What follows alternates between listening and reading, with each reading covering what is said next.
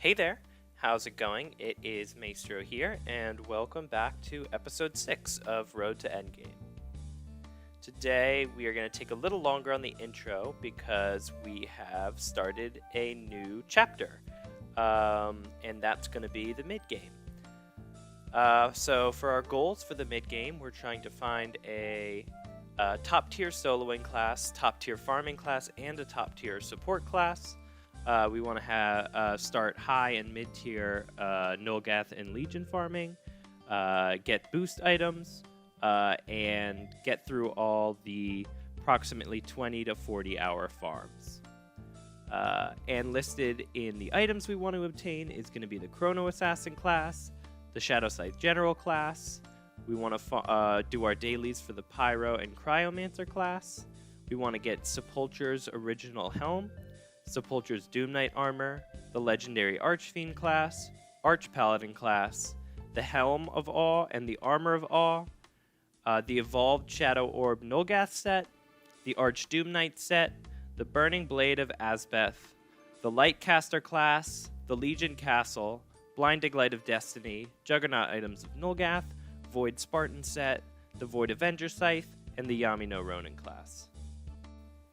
This set of goals is going to take a lot longer to complete than the early game goals. We're certainly not going to be getting through it in just 5 episodes. And also, we probably won't have episodes quite as frequently. However, I hope you're still looking forward to the series and the progress we can make. And with that, let's get into it. So, we're going to start this episode off in /join Necro Dungeon. This area is going to be a hotspot for questing for a while. However, this originally wasn't my plan until I checked Twitter, and throughout the month of... Oh goodness, what month is it? God, this quarantine's getting to be May. They are releasing certain boosts and items and things like that every day. And Alina ended up releasing a boost for farming Dark Spirit Orbs, which is one of the main items needed to get Sepulture's Doom Knight armor. So I ended up dropping everything I was doing and spending 3 days of my life farming Dark Spirit Orbs. And as you can see, we actually made some pretty good progress towards Sepulture's Doom Knight armor. And yeah, that was pretty exciting. But first of all, we have to get through the prerequisite quests, which we are doing here. So to complete this first quest, you have to finish the Bloodrut story. So that's in /join Bloodrut. Then you farm Shadow Creepers in /join Bloodrut 2 until they drop their helmet, which is around a 1% drop chance. So it can take you from the first kill to around 10 minutes is probably the longest it's taken me of killing those mobs to get that drop. Then the Shadow Serpents in /join Bloodrut 4. And the Witch in /join Ruins. And before we turned in that quest, I decided that I would make a purchase of 12,000 adventure coins, only to expand my backpack. I don't know if I made it clear, but I wasn't going to... The goal for me was not to spend any money on the game after my initial purchase of the membership towards my progression. However, this is more of a quality of life thing, and it's going to be the last purchase I'm going to make on this account. So I ended up getting a ton of backpack space, as well as getting the Paragon Fiend upgrade package, which is super cool. It has some great armors that I'm still using, and it also comes with a really nice house, which has a bunch of rooms as well as some house items. So what you're going to see me here is wearing the set, and here I'm coming to claim the house, which I get from a quest from the pet that comes with the package. where you have to kill the Legion Fiend Rider once. We will be coming back to him in some later episodes, since that is a premier Legion token farming method. But here you can see I get the house, which looks just like the area/join Legion arena. And it has some nice rooms. It has a character customizer, a few rooms in the back, sort of dark Legion themed, and then it also has a portal to the underworld, where you can find Dage and most of the Legion items. So now we're back to the Sepulchre's Doom Knight armor. For the second quest, we need rank 10 Doom Knight. So that kind of comes full circle from our early game goals of having that Doom Knight up to rank 10. So we just needed to purchase the Doom Knight hood from the same vendor, and we were able to complete that quest. The next quest is a little more challenging. It has you turn in an Elder's Blood, which is from /join Arkengrove. This is a daily quest. From now on, this is going to be added to my daily rotation because it is used for a lot of items that we're going to be going for, including, and most notably, Void High Lord. So I'm going to be doing that quest every single day, and it's a pretty simple quest. It just asks you to kill 50 Gorillaphints in Arkengrove, which are pretty low-level mobs, and that's all it takes. It takes maybe around 2 to 3 minutes. So I went to a private room here because of, well, not so private. I guess botters are literally everywhere. This guy just teleports back and forth the whole time. But came to a private room to quickly finish off this quest, and then we can move on to the next part. The next part of this quest is to obtain the Shadow Terror Axe. From the Bone Terror in /join Battle Under A. The quickest way to get there is to go to /join Battle Under B, and then just go up the portal that's right above there. And this is the Bone Terror. He's the boss of Battle Under A. Super easy kill, especially if you have a class that does extra damage to undead, like I keep preaching as I'm using my Paladin. I get some pretty quick kills on this guy. It's not a super great drop chance. I would say it's somewhere around 5%, but it only took me around 15 to 20 kills before I was able to get the Shadow Terror Axe.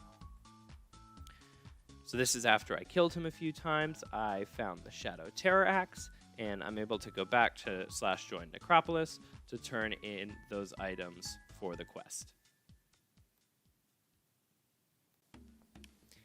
This unlocks a penny for your foes, which is one of the premier methods for farming Dark Spirit Orbs. So I did this quest a lot of times, as you'll see at the end of the video. But this has you come to /join Maul and kill any of the monsters in this area, and they have a 1% chance to drop a Doom coin. So if you remember back to the first quest we did, which is the other way to get Dark Spirit Orbs, that one also had a 1% drop chance. And those are the only two consistent methods for getting Dark Spirit Orbs. So it's a pretty painful farm since it is almost all, well, it is all RNG based on a 1% drop chance. But I digress, and I can hardly complain about double Dark Spirit Orb drop chance, since it definitely gave me a head start.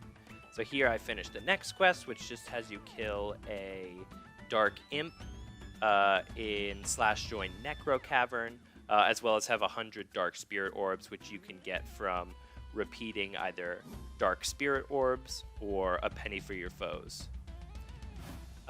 This unlocks the daily quest, which will end up being pretty important since here's the next RNG aspect of securing Sepulchre's Doom Knight armor. The quest is called Hardcore Metals. It's a daily quest, which has you come to /join Stalagbite, which is only unlocked if you have finished the Dwarfhold storyline, and you kill the Balboas here. to obtain the raw ore, and then they also have a slight chance to drop the Axe of the Prospector, which you can then turn in to complete the quest. Generally, it takes around 50-ish kills for the axe to drop. However, sometimes, if you're lucky, it will drop while you are farming just the 30 raw ores, and it won't be that big a deal. So here is my first time doing this specific quest, and I forgot that these mobs auto-aggro to you. So the best way to do it is to walk all the way up to the Chaos Lord, where the mobs no longer auto-aggro onto you. And what I've done for this part is I've compiled throughout the 3 days since this was recorded. I have recorded all of my turn-ins for the quest. So in this one, we get a thorium, which is sadly a dead metal and not used in the quest. However, we were also able to get a beryllium. And then, as you can see on my 3rd day here, I forgot to film the turn-in, but we were able to get a rhodium, which is really important for the quest later on. So I am pretty happy about that. And at this point so far, you can see that I have already farmed over 2,600 Dark Spirit Orbs. This is around halfway through the 2nd day of the boost. So throughout the first 2 days, I farmed around 1,500 Dark Spirit Orbs per day. And on the last day of the Dark Spirit Orb boost, they also announced a double EXP boost for the next 3 days. So what I did was came to /join Nightmare, which we unlocked in the last episode, and I farmed a little longer here to get all the way up to level 70 in about an hour and a half. And here is the final update for my Dark Spirit Orbs. You can see that throughout the boost event, I was able to farm 4,610 Dark Spirit Orbs, which almost gets us to the halfway point of the 10,500 we will need to complete the quest. So now that the boost is over, I'm actually going to kind of go on hold for that for right now, because it's not really my top priority and something that I want to farm right away. However, it will be a great head start to have when I do decide to come back to that. And now I want to thank you guys for sticking around all the way to the end. As always, make sure to leave a comment with any suggestions or feedback that you have for the series, and I will see you all in the next episode very shortly. Bye!